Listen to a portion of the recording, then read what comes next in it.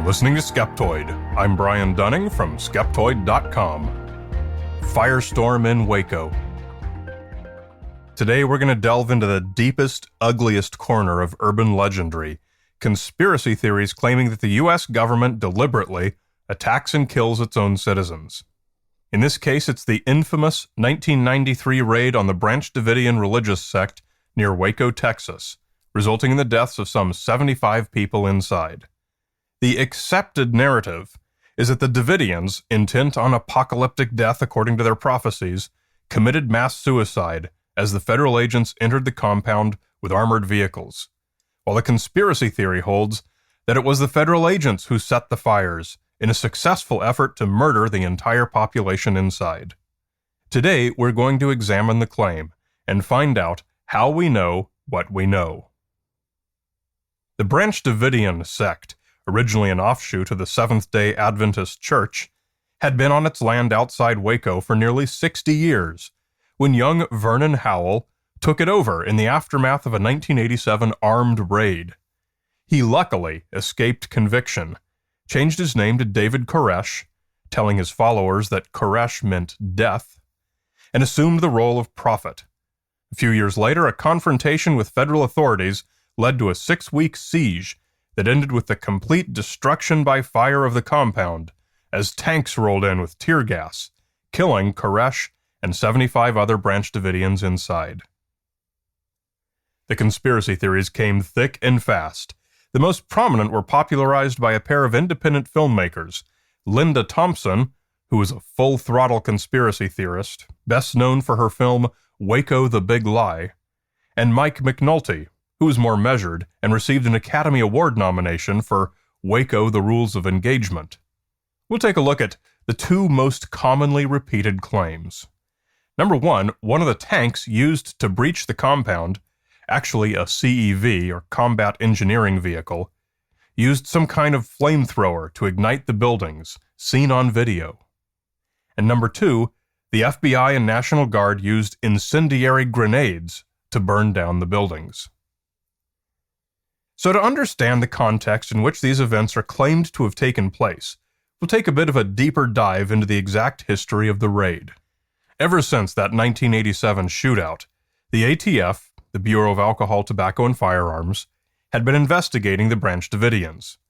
A UPS driver reported a broken open package containing hand grenades and black powder. Neighbors reported automatic machine gun fire.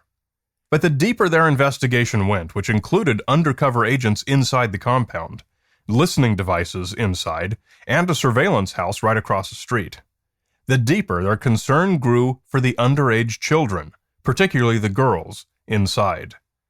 At the time of his rise to power, Koresh had 5 wives, as young as 12.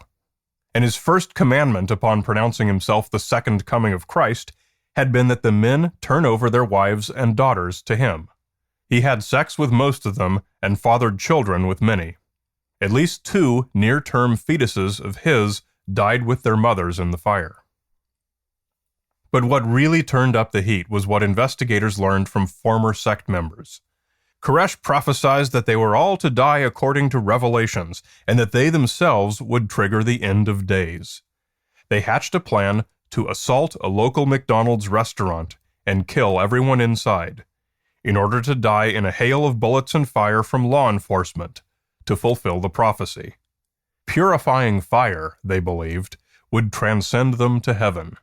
About 150 people lived inside the compound, and some had been there for 2 or 3 generations. Well, the investigators were between a rock and a hard place. On the one hand, they had to rescue the innocent Davidians and the children from Koresh's rapes and planned mass suicide. But on the other, they feared creating an armed confrontation would produce exactly the same outcome. No opportunities to peacefully arrest Koresh outside the compound ever materialized. Long story short, the raid on February 28, 1993, was a disaster, as the Davidians had warning and were prepared to fight. 4 ATF agents and 6 Davidians were killed. With the deaths of federal agents, the FBI took over, and the compound was surrounded with assistance from the Texas and Alabama National Guards for 6 weeks. They cut utilities, played loud music at night, tried to make life inside unbearable, hoping to drive as many of them out peacefully as possible. And it worked to some degree. 35 Davidians came out during the 6 weeks, including many children. Investigators actually bought the children 2 at a time in exchange for allowing Koresh to make religious radio broadcasts. And then, one day, something happened. Somewhere inside the FBI, some unknown person or persons decided to take matters into their own hands, with intentions about which we can only guess. Someone in the FBI gave consistent reports to Attorney General Janet Reno that children inside the compound were being beaten, something for which there was never any evidence. When directly asked for confirmation, this lie was repeated to her. This was the straw that pushed Reno over the edge and caused her to recommend to President Bill Clinton that the compound be assaulted with tear gas. Clinton, who favored waiting out the Davidians as the most likely strategy to avoid loss of life, reluctantly agreed to her recommendation. Reno greenlit the assault, and any chance to peacefully end the siege was lost. Tear gas was inserted into the buildings, and tanks rolled to punch holes in the walls. Gunfire was heard throughout the compound as many of the adult male Davidians killed one another in consensual suicide pacts. At least 3 fires erupted simultaneously throughout the flimsy plywood structure, and most of the women and children died of smoke inhalation. Only 9 people survived, and all 9 expressed remorse at not having died with the others. Fast forward 6 years, during which TV networks and the alternative press eagerly promoted the conspiracy theory films.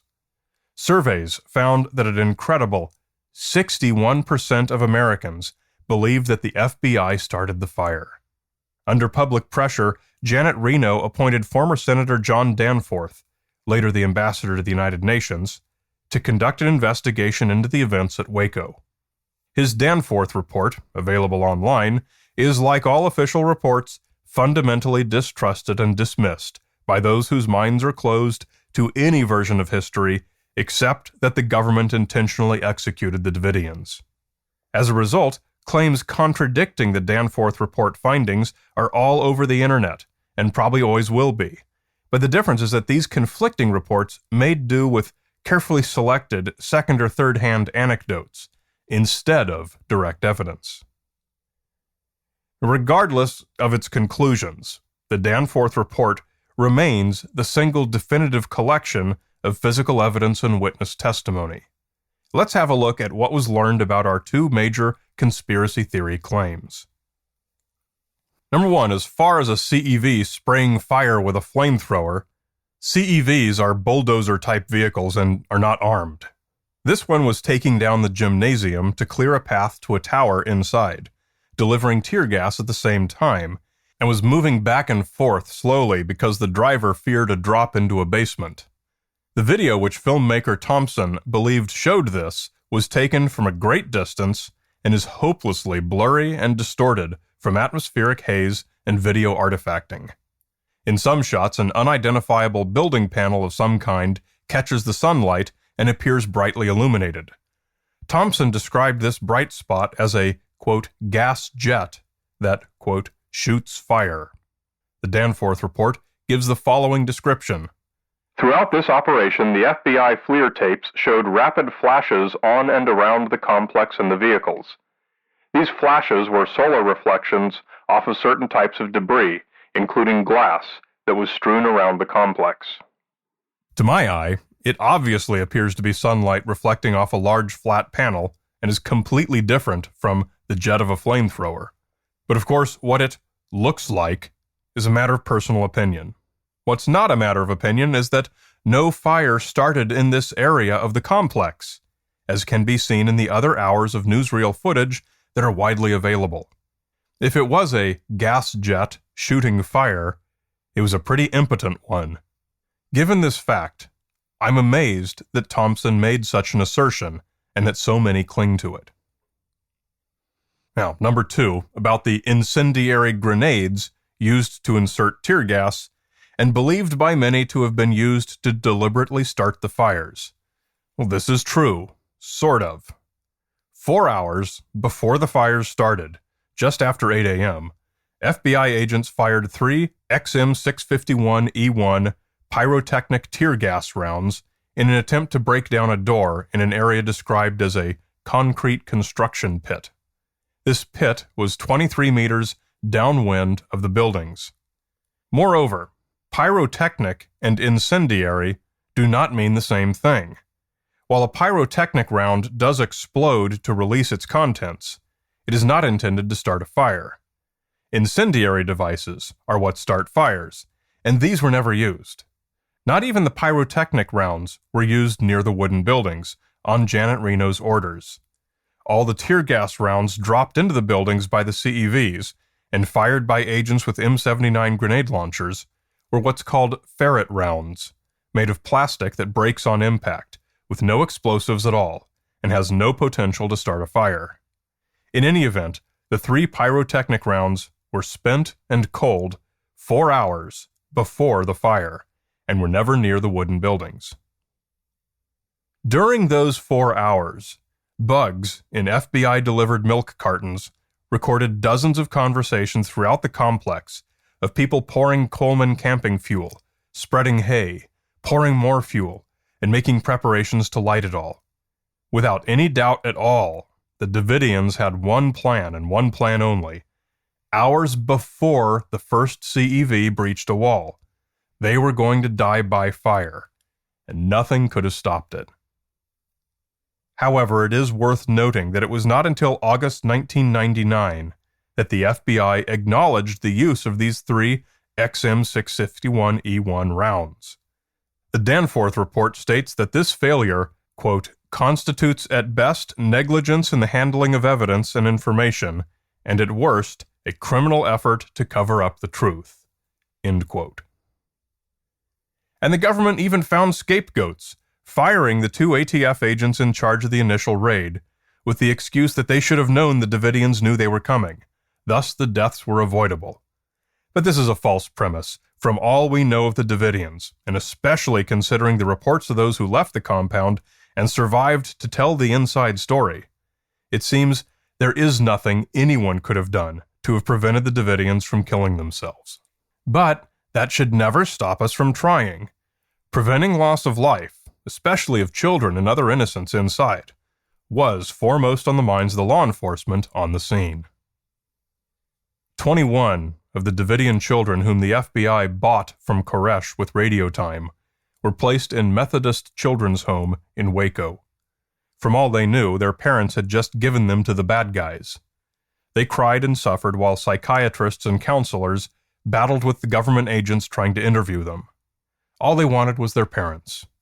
Then, one day, a special news report preempted their cartoons on the television, and they watched a fire and black smoke and violence. That's a hard scene to imagine, but consider how long were the odds that any of the children would have made it out of such a twisted suicide cult. For those 21 in the home, 25 other children burned to death, or were shot, or were stabbed. 21 made it, and that's 21 more than might have. Was there a government conspiracy on that day? You're darn right there was. Imperfect though it clearly was. It was a conspiracy that managed to pluck 21 children out of the darkest depths religious extremism has ever produced. You're listening to Skeptoid, a listener-supported program. I'm Brian Dunning from Skeptoid.com.